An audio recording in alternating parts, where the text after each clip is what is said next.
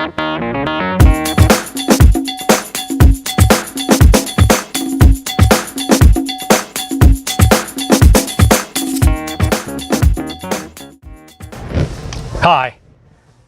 I'm amateur celebrity underpants collector Patrick Siebert, and this is Championship Bare Knuckle boxer Brian Fiore. Together we just got played. We're here coming to you live from Cloak Blaster in Orlando, Florida. Brian, we just got done playing Machi Koro, the Harbor expansion. Tell me a little bit about it.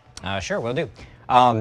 If you remember, Machi Koro, the original game, you're the mayor of the town of Machi Koro, and you're trying to get as many developments made so that they can generate revenue whenever the dice are rolled, so that you can unlock all of your landmark cards.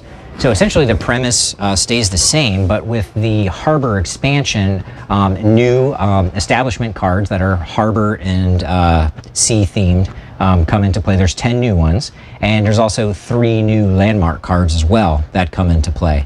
The other thing that the Harbor expansion changes about the game is the way that it's played entirely. In the original game, you had all of your establishments out on the board, and you knew exactly, you could come up with a pecking order of exactly what you wanted. Kind of like a deck builder where you can see everything. You can see everything out, and you can just purchase whatever you wanted. However, with the Harbor expansion, the rules change, and so now all of your original establishment cards go into the deck, and all of the expansion cards go into the deck, and it's totally randomized and then laid out. So every game is a little bit different in how it plays out. So what would you say is your favorite thing about the game? I feel like there's a big improvement in the game was the City Hall card. City Hall card is a new card that once you get it out into play, it automatically gives you 1 resource point. And normally you would think 1 resource point isn't a big deal, but it actually stops you from getting jammed up and having a dead turn, which is a big faux pas now in modern gaming, is losing a turn or having a dead turn. So I think that was a huge difference in the game, and I think it's really important. If there's one thing that you liked, it would be? I would have to say the replayability factor, because it's totally randomized. Obviously every game is going to be different. So whereas before in the original game, it was just the same static 10 on the board, now it's different every time. What would you say is the thing that you liked least about the game? It got a little fidgety.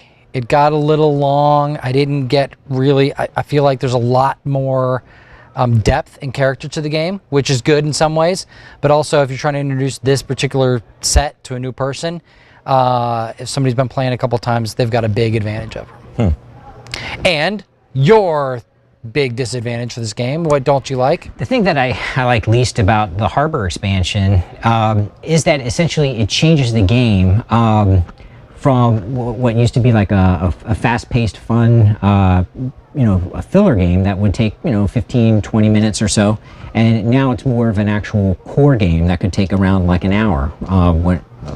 So that's the thing that I like least, but again, this is the Machi Koro Harbor expansion. It's available at your local gaming pub or local gaming store, and I think the cost is about somewhere around $15. And this is Patrick and Brian coming to you from Cloak Blaster. Just got played. Thank you very, very much for watching.